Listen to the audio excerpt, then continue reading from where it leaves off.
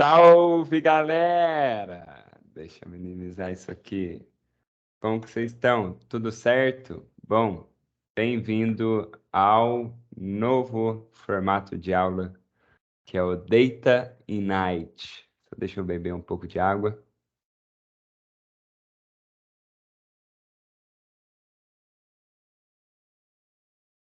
Delícia. Bom, o que é o Data Night? E por que esse nome? Bom, vamos lá, recapitulando um pouco. Na verdade, só me apresentar um pouquinho para quem não me conhece. Eu sou o Lucas Dias, sou consultor de dados.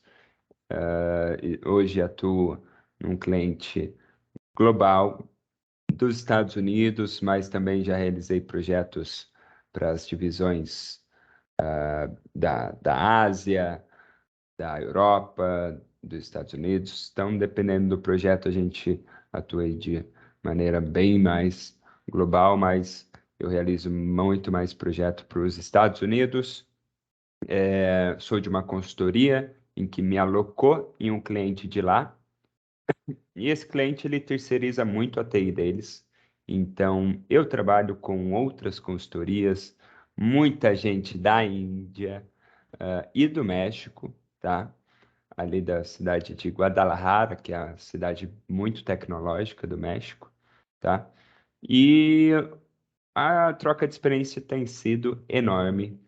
E eu, com o Date Night, e aí já falando um pouco primeiro porque eu dou nome, tá? Eu gosto da música Day Night do Kid Cudi, um rapper americano, aquela Day Night. Alardananana. E resolvi trocar o Day pelo Data, porque as aulas aqui vão ser à noite, tá? Essa aqui é muito uma exceção, de verdade, porque eu tinha a ideia de fazer uma live, mas descobri que é uma burocracia imensa fazer uma live aqui na internet, seja no YouTube ou no LinkedIn, só no Instagram, que é fácil mesmo, o resto precisa da aprovação do seu perfil. O YouTube, no final dessa noite, eu vou ter o perfil aprovado, não é tão burocrático que nem o LinkedIn. O LinkedIn realmente o perfil passa por uma análise, você tem que ser um cara assim realmente criador de um conteúdo relevante para fazer live lá. Então, não espero muito ali do LinkedIn, porque eu estou começando, e o Dating Night, para mim, eu vou começar a apresentar já, não vamos tomar muito tempo aqui nessa apresentação, e, bom, beleza, deixa eu ver, deixa eu configurar aqui a minha parte. Tá. O que e por que o Dating Night, tá? Esse é até o primeiro tópico da agenda da aula 1. Aula 1, só o título, só voltando para o título. Roles, não é roles, é roles. Roles são as funções, né, que determinada pessoa ocupa numa área. E conceito de cada elemento. Esse conceito é mais é uma aula bem teórica, tá? E o intuito dessas aulas é trazer um pouco mais de teoria, porque eu percebo que muita gente já começa a entrar na área de dados, assim como eu entrei, na ferramenta. E fica lá, não se importa muito com a teoria. Aí, numa conversa ou outra com alguém que realmente se aprofundou na teoria, fez um curso de TI, mais forte, ele fala algum termo assim e a pessoa fica meio perdida, perguntando o que é. Então, aqui são aulas mais voltadas para isso no momento. Depois eu vou mostrar bastante práticas de visualização de dados, principalmente, tá? Que é a minha expertise. Eu sou um consultor mais voltado para o front-end. Então, vou mostrar, quando formos mais para práticas, a metodologia que eu aplico para construir um dashboard que vai gerar valor, design, bastante design que eu tenho focado nesse ano. Power BI, que é a ferramenta que eu mais utilizo, mas também utilizo o Data Studio às vezes, Databricks, o Figma, que é, voltando aí para o design, né? Utilizo bastante também. E algumas ferramentas externas ao Power BI, enfim. Mas, por enquanto, e nas próximas aulas, provavelmente vão ser mais teoria, mas eu acho muito importante, tá? Eu vou tentar falar de um modo bem lúcido, bem de quem não é de TI, tá? Vou tentar dar exemplos aí do dia a dia e, bom, vamos ver no que vai dar. E falando agora sobre o que é a Data Night e como ajudar. Date Night é uma iniciativa minha. Por quê? Na verdade, travei um pouco a cabeça aqui. Mas o Date Night é uma iniciativa minha, gratuita, sobre dados, que é um assunto que eu domino mais, cujo eu trabalho. E por quê? Por que essa iniciativa? Por que gratuita? Bom, é uma forma de retribuição ao tudo que eu aprendi e consumi na internet de maneira gratuita e que agregou na minha vida. Muita coisa agregou na minha vida da internet, muita coisa não agregou, acredito que a maioria não agregou, mas o que agregou, agregou muito bem, tá? Consegui muita coisa através da internet, o emprego que eu estou, o conhecimento que eu tenho sobre dados foi na internet, o estilo de vida que eu levo, até o apartamento que eu aluguei foi na internet, foi na rede social que eu achei. Então, é uma maneira de retribuir e também de, para mim, tá? É uma maneira de ajudar o meu país. Como, tá? Claro, eu estou começando, a gente tem que começar pequeno, né? Começou grande, alguma coisa vai ficar meio ruim aí. Eu, como estou começando pequeno e estou amando a jornada, é muito mais próximo o contato com quem assiste as minhas aulas, com quem me segue no Instagram, enfim. Mas eu primeiro pretendo ajudar aqui os meus próximos, né?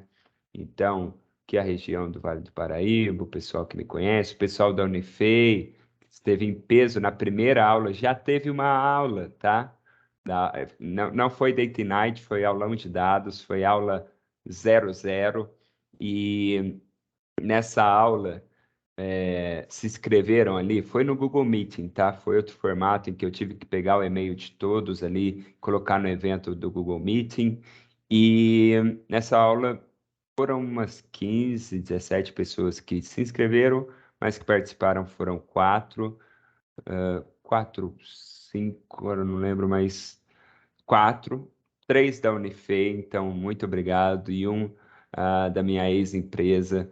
Muito obrigado por terem participado. Espero que vocês continuem aí, suportando essa iniciativa e me ajudando se quiserem, seja com o recurso monetário, ou seja com o recurso ah, de pessoa, assim, vocês podem me ajudar também me enviando conteúdo para eu colocar aqui nas aulas, me ensinando algo que eu não sei, porque eu não sei de tudo e essa é a maior inteligência que se pode ter, é falar não sei, tá? Uma pessoa inteligente, ela sabe que ela não sabe, uma pessoa burra, ela não sabe que ela não sabe. Essa é a diferença. No final, ninguém sabe, ninguém vai saber de tudo, tá bom? E a primeira aula foi muito legal, chamei a aula de 00. Eu me apresentei, falei da minha carreira, falei do que eu passei, tanto profissionalmente como pessoalmente, durante a minha carreira até aqui, e falei muito sobre a história de visualização de dados. Então, desde 1600, a gente tinha visualização de dados, só que totalmente diferente. Lembrando que dados não são só números. Na verdade, a maioria dos dados não são números, tá? Então, naquela época, era muito mais comum você ter dados geográficos, na época das grandes navegações, expedições, geográficos, dados demográficos para organizar a sociedade. Então, eu fui pulando aí entre períodos, aí foi uma parte muito legal em que não é muito falada. Um feedback de uma amiga minha da Unifei foi de que a aula foi meio que mind-blowing, né? A cabeça dela estava explodindo de tanta informação nova, interessante que teve. E eu espero seguir assim nessas aulas. Claro que vão ter conteúdos distintos, conteúdos às vezes repetitivos, mas sempre vou tentar dar um pitaquinho ali de alguma coisa nova, alguma coisa diferente do que eu já vi aí nos cursos, tá? Então, voltando, Data Night é uma iniciativa aí para. Eu tenho um âmbito aí de chegar num nível nacional, tá? Ajudar o Brasil a emergir nessa área da tecnologia, nessa área de dados, porque é uma onda, é uma revolução, e eu acho que é uma oportunidade aí para o nosso país ter um crescimento econômico nessa área, tá bom? Como você pode ajudar? Eu vou disponibilizar meu Pix aqui na descrição do vídeo, tá? Então você pode ajudar com recurso financeiro e pode ter certeza que esse recurso financeiro vai ser destinado ao Date Night, a eu comprar equipamento. Eu ainda não tenho equipamento profissional, ainda não assino nenhum, ah, ainda não assino nenhum software ou conteúdo de relevância aqui para o Date Night, então tudo eu estou montando no PowerPoint, tentando aí gravar de algum jeito e consumindo, assim, tirando print do que eu encontro no Google, tá? Mas conforme eu talvez receba ajuda aí, eu vou aprimorando isso, tá bom? E, claro, todas as aulas do Dating Night vão ser gratuitas, todas. Eu só não estou cobrando nada, estou pedindo uma ajuda. Se quiser ajudar, né, não precisa, se não quiser. Se quiser, vou disponibilizar, tá bom? Mas eu vou dar aula do mesmo jeito, vocês ajudando ou não, tá bom? Então, bom explicado. Vamos aí, tópicos de hoje, roles atuais nas áreas de dados, conceitos das áreas de dados. Esse tópico de conceitos a gente vai prolongar por algumas aulas, porque tem muita coisa, tem muito conceito que precisa ser explicado. Então, o que é cada coisa? Eu coloquei entre parênteses, tá? A gente vai passar hoje por conceito de dado, tipos de dados e bancos de dados, acurácia, deixa eu ver se eu consigo ver só um minutinho, que estou sentindo meu dente sujo. É que eu tô com o dente sujo faz meia hora e ninguém falou nada, porque não tem ninguém aqui. Acurácia versus precisão. LGPD, muito importante, tá? É pouco falado hoje, mas quem tem conhecimento de LGPD, sai na frente. Data Source, ETL e DW, Data Warehouse, beleza? E por fim, os agradecimentos. Bom, vamos lá, começando com as roles atuais nas áreas de dados. Bom, esse tópico eu dividi em duas partes, porque por experiência própria, e se vocês pararem vão perceber isso também, tem nas empresas, a área de dados, ela tem duas vertentes. Ou ela é destinada mais a processos, tá? É meio que um centro de excelência, ou um cara vai ficar alocado, por exemplo, como foi na minha ex-empresa, trabalhei na Boozer, né, uma startup, a gente tinha uma área de dados, só que esses caras ficavam alocados nas áreas de business. O que que eu falo da área de business? A área de marketing, a financeiro, a área de customer experience. Então, tinha meio que um centro de excelência de dados, só que eles participavam dos processos das outras áreas, tá bom? Tem essa estrutura voltada a processos e tem estrutura voltada a projetos e produtos, que é a que eu me insiro hoje, trabalhando com consultoria. Eu sou totalmente voltado a projeto, tá? Também tenho pessoal voltado a produto. Diferença de projeto, eu tenho um deadline para acabar aquilo. O resultado vai ser um produto. O produto, eu não tenho um deadline. A minha vontade é que aquele produto permaneça o máximo possível ali, né? Tem um lifetime enorme, como, por exemplo, um aplicativo do Instagram. Aquilo é um produto que vai melhorando a cada atualização, mas ele não acaba como é um projeto. O projeto para desenvolver uma feature do Instagram, isso sim é um projeto. Eu vou desenvolver uma feature, uma nova funcionalidade do Instagram, e aí vai ser integrada ao produto, que é o aplicativo do Instagram. Então, tem uma área que tem o Product Owner e os outros integrantes que toma conta da manutenção e do improvement, né, a melhoria desse produto. Mas agora falando da estrutura voltada a processos. CIO, Chief Information Officer, é o Chief Officer da área de dados, tá bom? Tem o CEO, tem o CFO e para a área de dados tem o CIO. Algumas empresas têm o CDO, que é o Chief Data Officer. Eles atuam de maneira bem similar.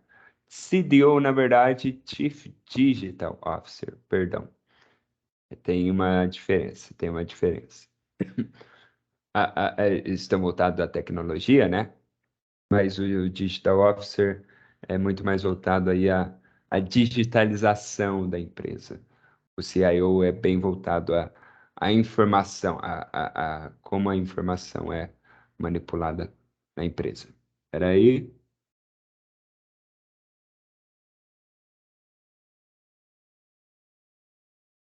quase deu uma crise de tosse aqui. Tem água. Então, esse cara é o Chief. Beleza, bora pros integrantes, parte que interessa aqui pra gente, não que o CIO é muito importante, mas o que a gente vê no nosso dia a dia são esses caras aqui. Então, eu vou falar um pouco mais detalhado deles, tá? O Business Analyst, esse cara é o cara que vai conversar com o business, que vai fazer a ponte da área de dados com o business. Ele não necessariamente é da área de dados, mas ele está aqui no meio, tá?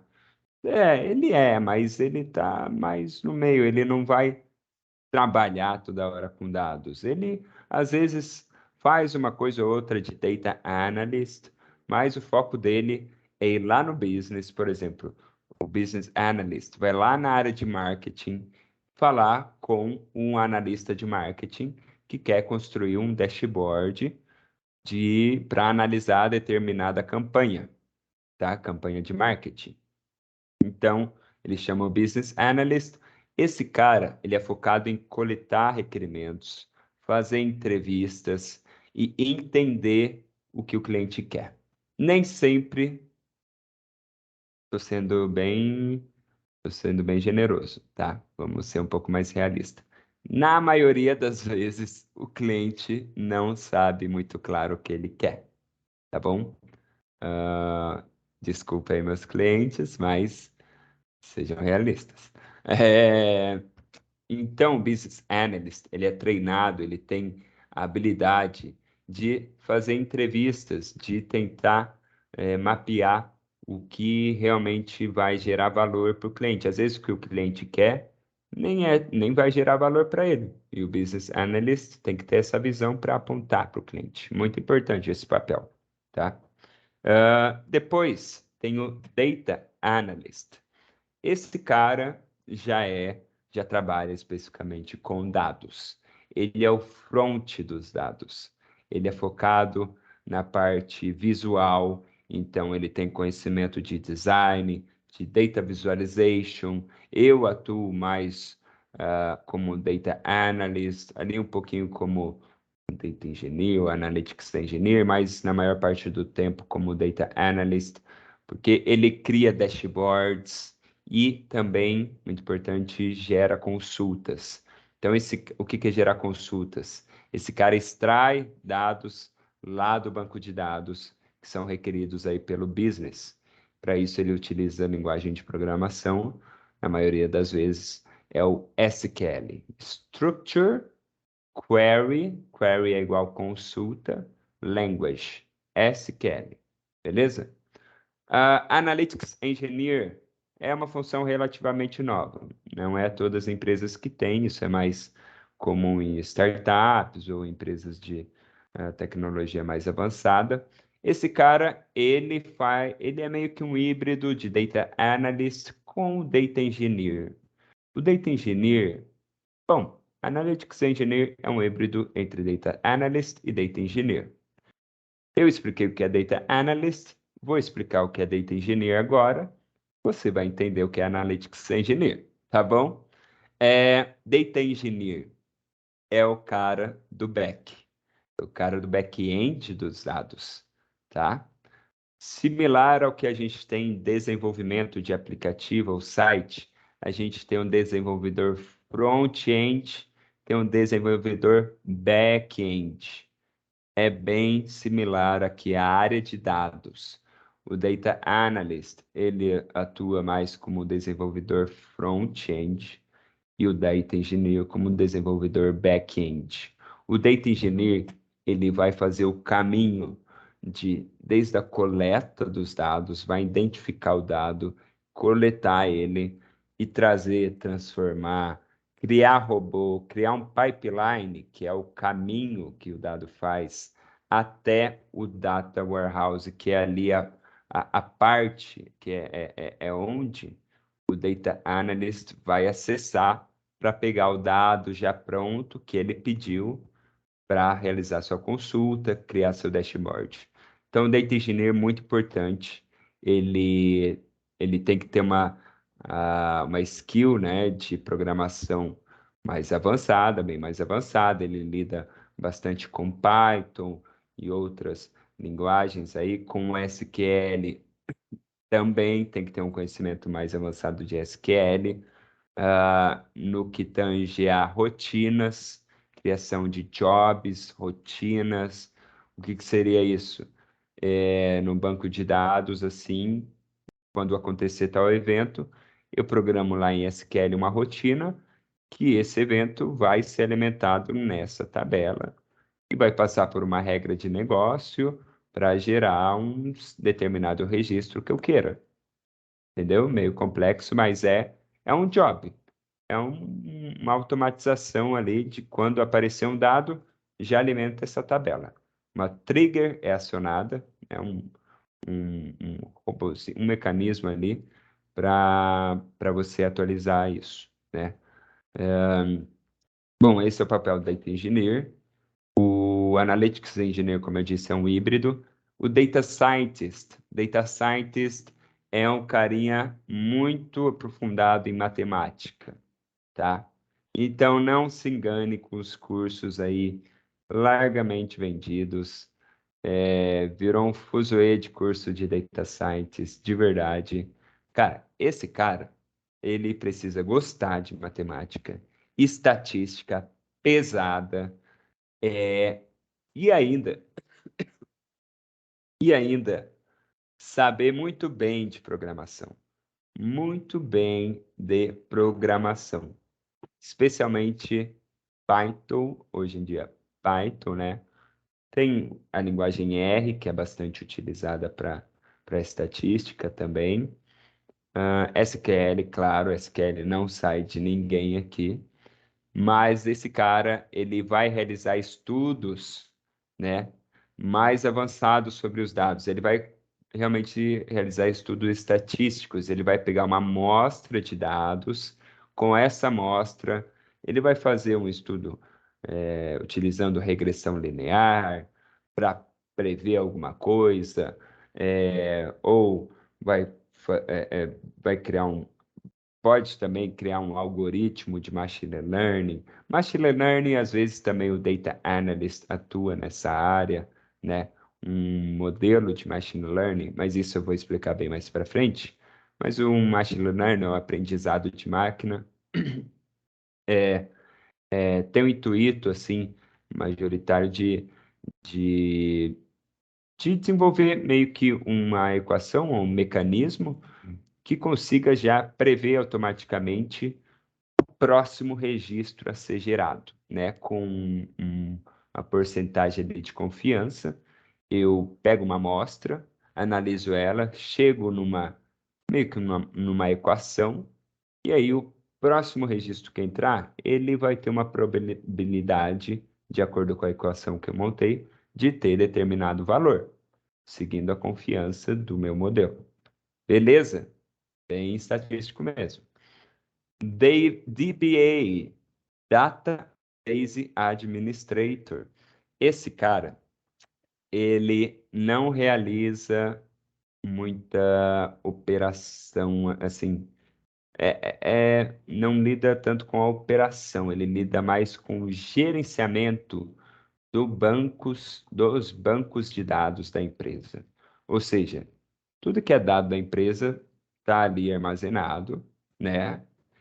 E, cara, esses dados, eles, em 99,9% dos casos, a empresa não vai querer soltar eles para outra, ela não vai soltar dado de bobeira, nenhum, né? Então, preciso de um cara lá para tomar conta desse banco, no que tange a acessos, a permissões, né? A segurança dos meus dados. Então, esse DBA, ele também troca bastante ideia com o pessoal de cybersecurity. Mas hoje em dia a gente cada vez vê menos um cara próprio com a função de DBA e mais bom, as coisas estão ficando mais automatizadas, então geralmente um data engineer também cuida da administração de acessos e privilégios aí de banco de dados, tá? Cybersecurity também tem ali sua função nisso. E o Data Architect? O arquiteto de dados, ele é um cara, na maior parte das vezes, sênior já, porque ele é responsável por arquitetar toda a lógica, todo o sistema que vai ser utilizado pela empresa, desde a coleta de dados até a ponta final, que vai ser a análise e a tomada de decisão. Ele vai arquitetar desde as ferramentas que vão coletar dados, transformar dados, extrair, importar dados, inserir dados, consumir dados e projetar os dados de uma maneira visual. Ele que vai estudar as ferramentas, então ele tem que ser um cara sênior, que já tem que ter um histórico aí profissional com essas ferramentas, saber da qualidade versus preço, muito importante, preço, tanto na área de dados, como aqui no processo, como na área de projetos, tá? Então, ele vai cuidar aí, vai fazer uma relação entre custo e qualidade e montar o sistema com as ferramentas que melhor se integram juntas, né? E que sai menos custoso para a empresa. Esse é a função do arquiteto de dados. Uma vez montada essa arquitetura, ele fica responsável ali pelos BOs que vão acontecer, ou por procurar outras ferramentas melhores. Então, é sempre comum aí ver um arquiteto de dados aí numa empresa aí com um sistema considerável de análise de dados, no geral, né? Bom, e agora a gente vai para a estrutura voltada a projetos ou produtos. Ah, vai ter os mesmos caras, só alguns caras adicionais. Por quê? Na voltada a processos, você vai perceber que não tem esses caras aqui em cima, que são os caras mais administrativos, mais gerenciais de projetos e produtos. Administrativos, eu digo, é difícil um cara formado em administração ou gerenciamento de projetos e direto para Project Manager. É difícil porque o ideal é que esses caras aqui de cima tenham uma experiência como os operadores aqui do projeto, né? E aí vão subindo. E aí eles já sabem como é meio que o chão de fábrica, né? A operação. Então, explicando aqui o pessoalzinho que apareceu. Começando aqui de baixo, aqui tem as mesmas pessoas da área de processos, só que tem um carinha novo, o Q&A Tester. Q&A, Question and Answer Tester. Esse cara é responsável por testar tudo que está sendo desenvolvido ali num determinado projeto ou produto, mais projetos, tá? Então, quando o Data Engineer conclui lá, faz todo o pipeline e desenvolve lá uma tabela, né? Conclui uma tabela, esse QA Tester, ele vai lá e por meio aí de metodologias que eles utilizam, de diferentes cenários, eles utilizam três cenários aí para testar se os dados estão consistentes com a fonte antiga, ele faz esse teste e, se for aprovado, essas tabelas passam aí para a próxima fase. E aí o Data Analyst, ele faz o dele, ele conecta essa tabela num dashboard, constrói o dashboard, e aí o QA Tester também pode ir lá e testar esse dashboard. O Data Analyst, geralmente, e o Data Engineer, fazem um teste que a gente chama de unitário.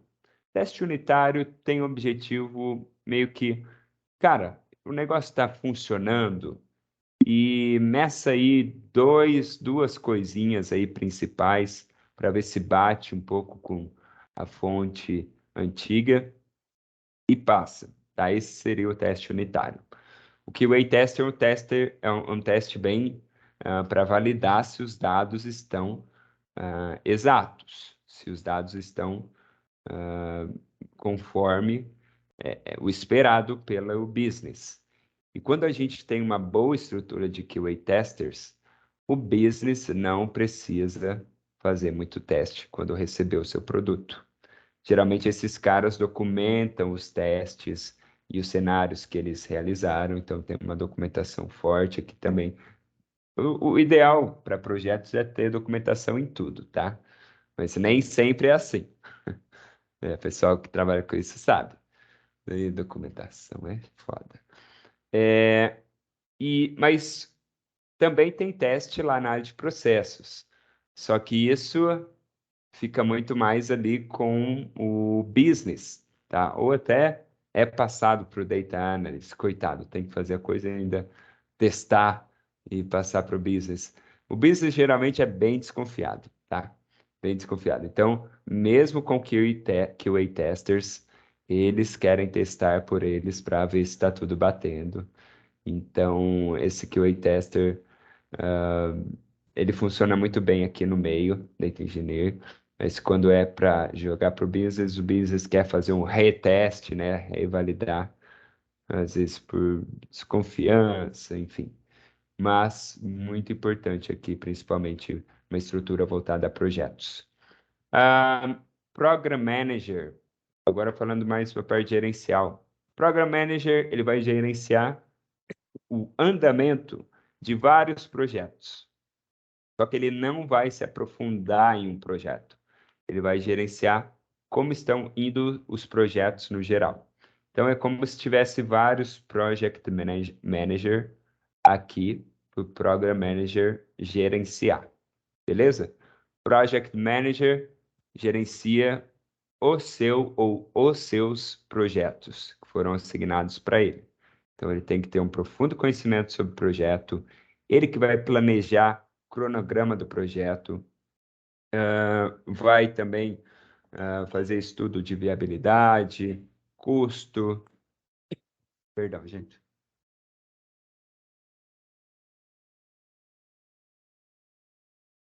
Seu. Acho que era uma casquinha de amendoim que estava aqui. Minha garganta tá seca mesmo. Project Manager, então, vai gerenciar o projeto, vai fazer as reuniões, tem que estar sempre a par de como está o andamento dos seus projetos, tá? E é isso. Já deixa eu primeiro falar sobre o Scrum Master, que é muito utilizado aí, que é muito utilizado, vai?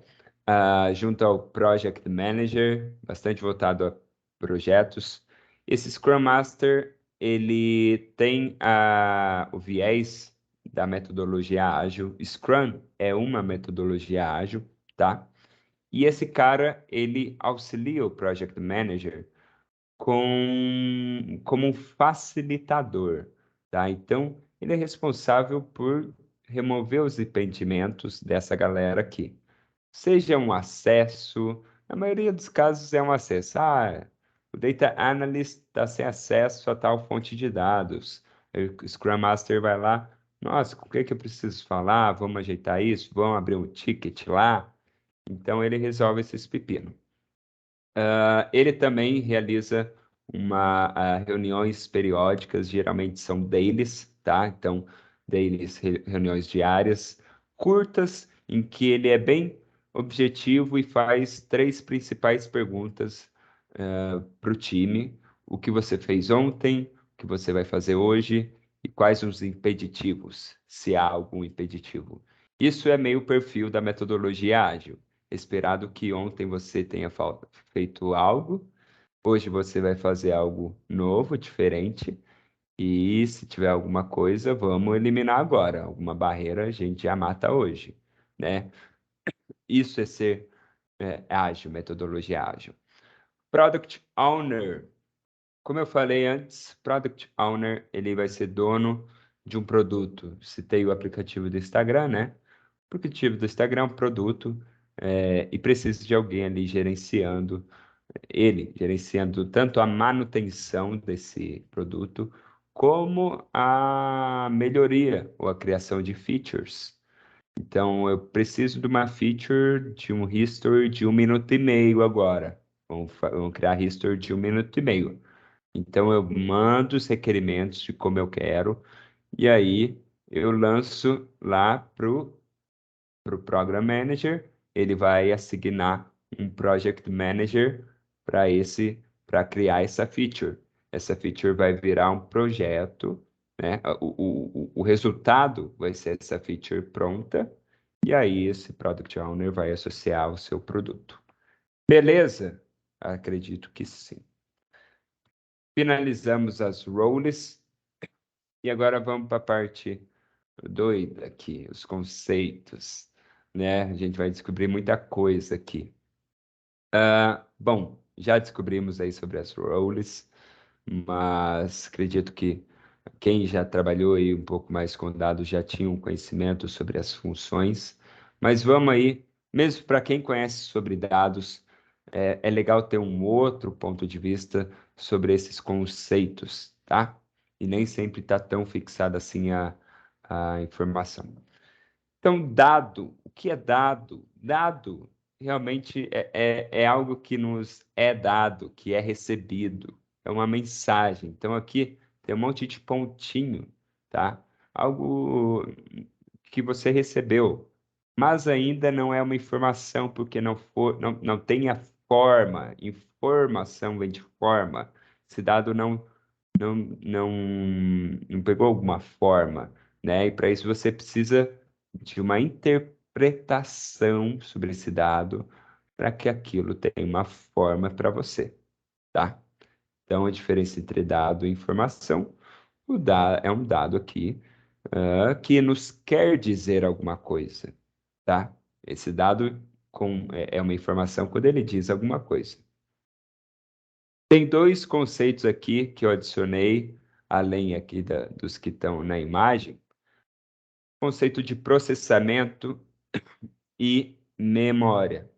Processamento, você pode dizer também como carregamento, então capacidade de processamento, capacidade de carregar esses dados. E a capacidade de memória, capacidade que eu tenho de armazenar esses dados. Muito similar ao que a gente, na verdade, é o que a gente tem no notebook.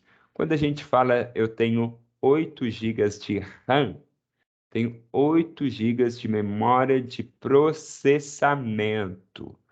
Essa é a memória, é o tanto que ele disponibiliza para eu estar processando ou carregando meus dados, uma página, algum aplicativo, ou seja, tudo é dado, tá?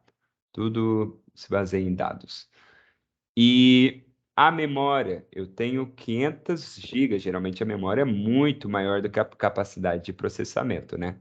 Capacidade de processamento, geralmente 8 ou 6 gigas aí, você tem no seu notebook, e a memória é coisa de 500 gigas, é bem maior, porque é a capacidade de eu guardar, de eu armazenar meus dados.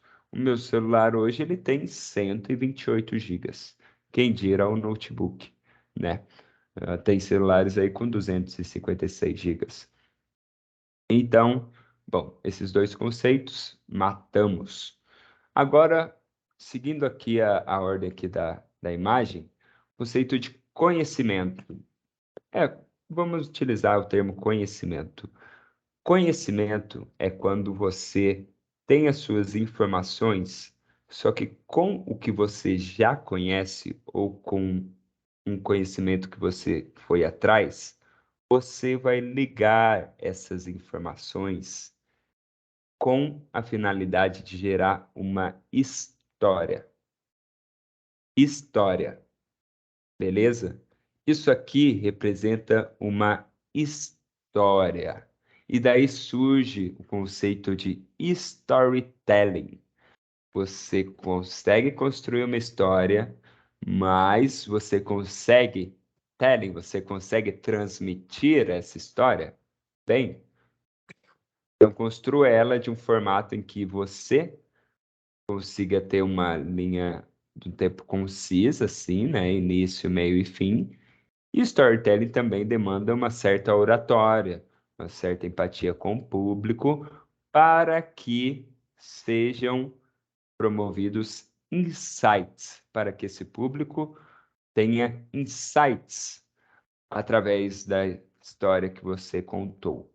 Insights são, traduzindo, né, são pontos de clareza ou compreensão, né? Insight é isso.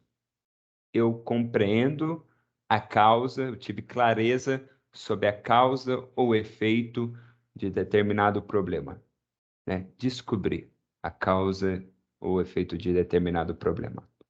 E agora? Aqui na imagem está sabedoria, mas eu vou trocar esse termo que a gente não vê isso em dados de maneira alguma. Eu vou trocar por inteligência mais tomada de decisão. Com a inteligência, você vai traçar o caminho entre esses insights, vai pegar os insights que você teve e vai traçar um caminho. Muita gente que chama de plano de ação, né? Um caminho. Você vai planejar suas ações. E a partir daí, você vai tomar suas decisões, você vai para a ação. Então, inteligência mais tomada de decisão está representada por isso. Tomada de decisão data-driven, direcionada por dados nesse caso, certo? E aqui uma brincadeirazinha muito bem contextualizada nos dias de hoje. Eu estou dando essa aula aqui no período pré-segundo turno de eleições 2022, onde a gente vê muita fake news.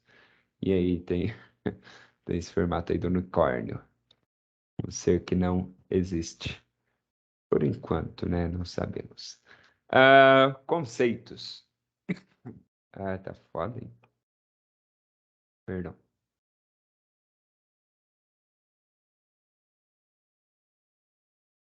Dê uma olhada aí na diferença entre dados estruturados e não estruturados, ou unstructured data, para eu não precisar ficar lendo a imagem. Vamos lá. Dado estruturado. O que que é? O que que é a estrutura ideal para um dado? Tabela. Tabela é composta por coluna e linha. Ponto. Isso é um dado estruturado. Está em coluna e linha. A tabela, ela é uma estrutura em que me permite criar relações entre elas. Por isso, banco de dados relacional. Um banco de dados relacional, ele comporta somente dados estruturados em tabelas, e por meio destas são criadas relacionamentos, tá?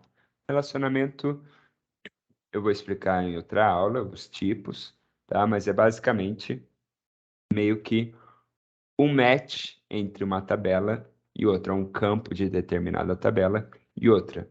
Exemplo, eu tenho uma tabela em que tem vendas por cliente, então cliente X comprou tal coisa, cliente Y comprou tal coisa, e tenho outra tabela, tem o código desse cliente, o mesmo que tem nessa tabela de vendas, só que com o endereço, com o país, com, deixa eu ver outra informação, a renda mínima, a renda média desse cliente, tá uma tabela de menção aqui, que ligada a essa tabela pode me fornecer todas essas informações. Então, eu tenho venda, talvez, por país, porque está conectado cliente com cliente, e eu tenho um país em uma e venda em outra, eu posso fazer essa conexão, tá?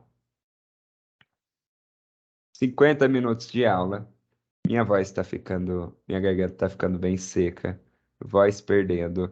Hoje foi um dia que eu falei muito, muito, muito, então não foi ideal para eu gravar uma aula, mas a próxima com certeza eu já vou estar. Eu também estou meio ruim da tosse, então é normal. Mas vamos lá, vamos terminar, até 1 hora. Acho que agora vai. Então, dados estruturados, bancos de dados relacional, já falei. E os dados não estruturados? É o que não é estruturado, tá? Na verdade, olha um número bem interessante. Segundo a Gartner, que é uma instituição aí de enorme relevância para a área de dados e de tecnologia no geral, 20% dos dados que existem no mundo empresarial são estruturados e podem ser utilizados para fins analíticos. 80% não são estruturados, tá? Vendo os tipos de dados não estruturados, você pode ver isso de maneira mais palpável. Vamos lá. E-mails. Abre sua caixa de entrada aí do Outlook, do serviço, e conta aí quantos e-mails tem. E agora abre lá a sua base de dados, lá o seu DW, Data Warehouse, compara aí com o tanto de... Cada palavra ali do e-mail seria um dado, seria uma string. Só para você ter ideia de que realmente tem muito mais dado não estruturado do que estruturado. Imagem, áudio, vídeo, arquivos em Word, arquivo de 50 páginas em Word, imagina o quanto de dados tem lá. Algumas planilhas também que não estão devidamente estruturadas como tabelas, tá? Tabela é diferente de planilha, tá? Planilha, você pode ter uma planilha ali com uma célula que contém um texto, contém uma redação, não é uma tabela, né? E eu colocaria aqui, é que essa imagem só está diferindo entre não estruturado e estruturado, mas existe o semi-estruturado. O semi-estruturado, colocando, abrindo o meiozinho aqui, são esses carinhas aqui, ó. Arquivos em Word, PDF, e-mails, ou essas planilhas, algo que já tem uma certa estrutura e que é lido e que há ferramentas em que leem eles de forma mais automática. Então, hoje, você tem ferramenta que lê PDF e já transforma em tabela, tem ferramenta que lê Word e já transforma num dado estruturado. Claro que tem que ter correções ali, enfim. Esses são semi-estruturados. São mais fáceis de ser estruturados do que uma imagem, um áudio, um vídeo. Tá bom? Beleza. SQL, voltando para os dados estruturados. O SQL é o que vai lá no banco de dados relacional e é essa linguagem que eu falo com o banco de dados para pedir, para puxar os dados que eu quero, tá? De outro modo, o banco de dados não relacional é o que armazena os dados não estruturados. E a gente tem as linguagens NoSQL. A mais famosa dela é a linguagem MongoDB. O MongoDB. Deixa eu ver. Eu tenho uma imagem aqui no Chrome para vocês terem uma ideia, terem uma visualização de como é. Essa aqui é um exemplo de uma linguagem SQL, né? Alguns comandos. Sempre você vai ver, eu posso dar uma aula de SQL depois, mas rapidinho. A sintaxe mais comum do SQL é o select all é representado pelo asterístico ou algum campo, né? Campo é o mesmo que colunas, tá? Então aqui eu estou falando select, pegue para mim a coluna A e B from da tabela users. Então pegue para mim a coluna A e B da tabela users em SQL, beleza? Em Mongo seria essa expressão aqui. Para realizar o mesmo comando em MongoDB, seria essa expressão aqui. Essa linguagem é muito similar às linguagens, à linguagem de Python, utilizando as bibliotecas Pandas e NumPy, que são mais voltadas aí para análise de dados, tá bom? Bom, isso essa linguagem também bastante utilizada para criar dicionários, criar listas, tuplas, tá? Isso aí são conceitos mais aprofundados aí de tratamento de dados, mais um back-end, bem mais back-end. Posso abordar em alguma outra aula também, mas no momento vamos ficar por aqui. Esse Mongo aqui é mais voltado aí para os mongoloides Não, mentira. Para os nossos queridos data engineers, tá bom?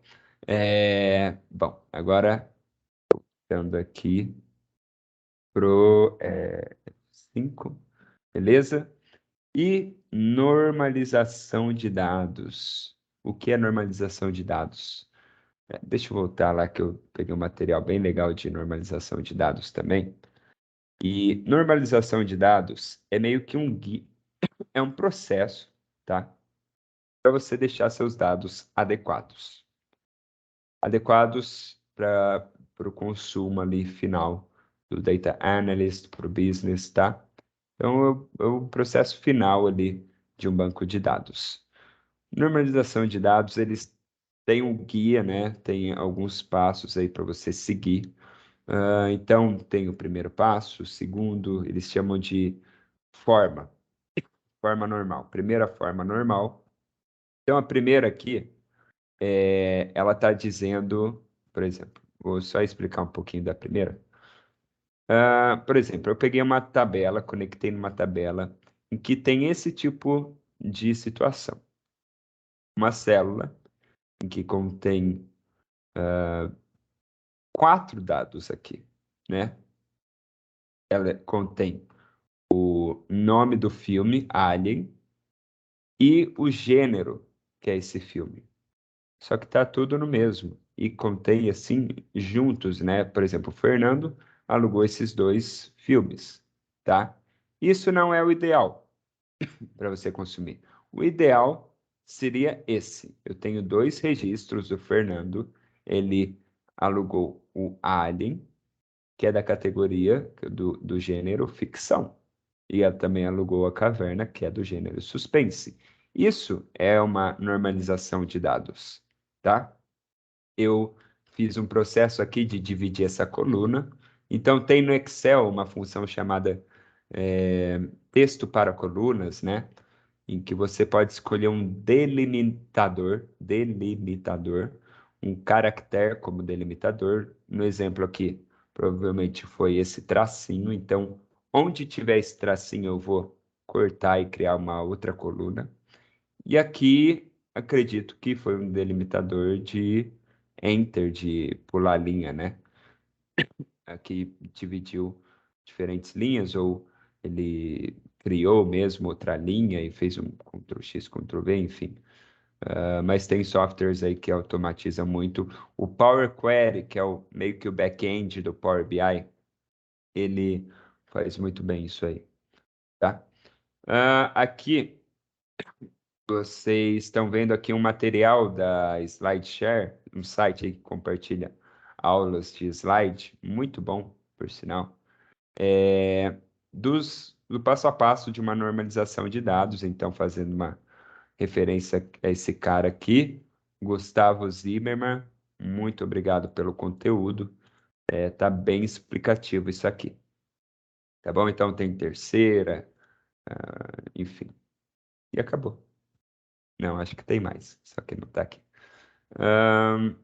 Bom, então voltando aqui, a gente já está com 57 minutos de aula e ainda tem bastante conteúdo, eu não cheguei nem na LGPD.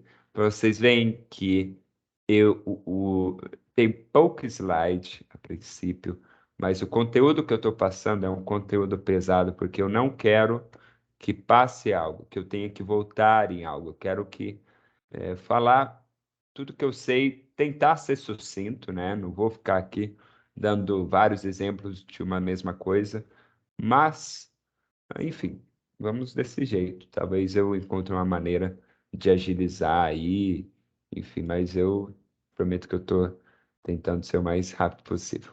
Normalização de banco de dados. Ok.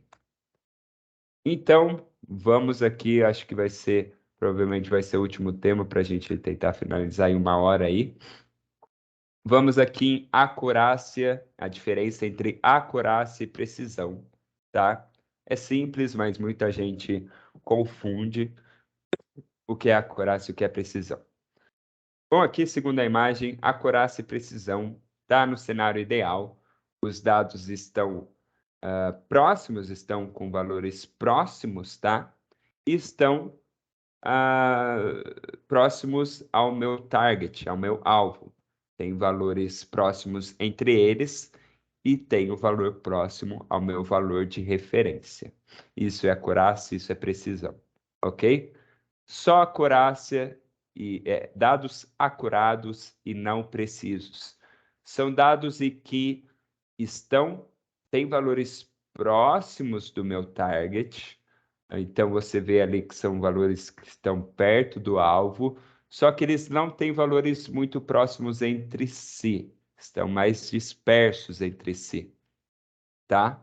Então aqui, vendo nesse gráfico, a, a acurácia, ou que aqui foi chamado de exatidão, mas pode ser meio que a mesma coisa, tá?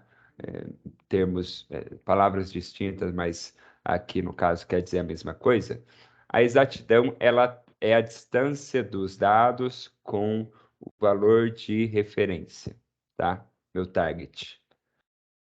No outro cenário, eu não tenho acurácia, mas tenho precisão. O que quer dizer? O valor dos dados, eles estão próximos entre eles, então tá todo mundo juntinho ali, só que não estão no meu target, não estão no meu valor alvo, no meu valor de referência. Como é a situação aqui, ó. Vocês veem que os valores aqui, maioria estão nesse ponto aqui, ó. Estão nesse ponto aqui, tá? Isso aqui é uma curva aqui de distribuição dos meus dados. Meus dados estão distribuídos dessa forma. Só que esse valor, essa linha aqui, está longe do meu valor de referência. Então, não são dados muito exatos, acurados, tá bom? E sem acurácia, sem precisão, aí é bagunça total, é Chernobyl, pode mandar pode mandar lá para trás da fila para esses dados precisam ser revisados, tá? Bom, isso foi explicação de dados acurados, precisos, acurácia e precisão. A gente ainda tem a explicação aqui sobre LGPD, só que é um conteúdo mais extenso, mais pesado, um pouco mais que eu vou precisar ler mais, porque ainda não é tão presente no dia a dia. das empresas. Sinceramente, eu não sei muito como está hoje, porque eu estou trabalhando para uma empresa lá dos Estados Unidos, né? Então não tem a LGPD, tem a lei deles lá, né? Mas eu não sinto tanto assim no meu dia a dia, mas eu já percebi muito que empresas têm procurado gente que tem conhecimento sobre isso. Porque, cara, entre escolher um cara bom de dados e escolher um cara bom de dados que sabe a LGPD. A LGPD é uma lei em que pode multar a empresa em, assim, errou uma coisinha ali, é coisa de milhões, 50 milhões. Se tiver, se tiver assim, se não estiver seguindo a Lei Geral de Proteção dos Dados, tá? Então, são multas pesadas. Por isso, o interesse das empresas em procurar alguém que saiba aí mais sobre a LGPD, que pesa no bolso às vezes, beleza? Isso aqui vai ser assunto, então, para a próxima aula, LGPD. Vou falar aqui sobre o que são os dados pessoais, sensíveis, anonimização e pseudonimização. Esses são os dois processos que a pessoa de dados mesmo tem que realizar quando se pretende aplicar a LGPD. Então, trabalhar com dados anonimizados ou pseudo-anonimizados. Aqui, mais sobre esse processo de anonimização e pseudo-anonimização, princípios da LGPD, né, do tratamento dos dados que as empresas devem seguir. E aqui, mais conceitos, isso aqui mais voltado sobre o caminho que o dado faz, desde a fonte do dado até a extração, transformação, o tratamento, carregamento dos dados, ETL é todo esse processo, né? Extract, Transform e Load, carregamento. E o Data Warehouse, que é o meio que o armazém que liga ali a ponta final, que é as ferramentas de BI, as ferramentas de visualização. Tá bom? Gente, agradeço muito quem viu o vídeo até aqui ou quem viu alguma parte do vídeo até aqui.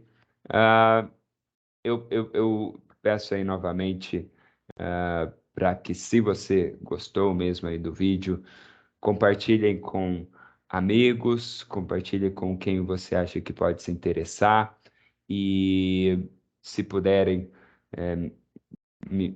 ajudem aí a iniciativa. Não me ajudem, mas ajudem a iniciativa Date Night, porque isso ajuda, esse recurso não vai vir para mim, mas sim para o Date Night, tá bom? E, gente, tenham uma ótima semana. A gente se vê na próxima com esses e mais assuntos que eu vou desenvolver aí ao longo das próximas semanas. Tá bom? Obrigado. Valeu, galera. Boa noite.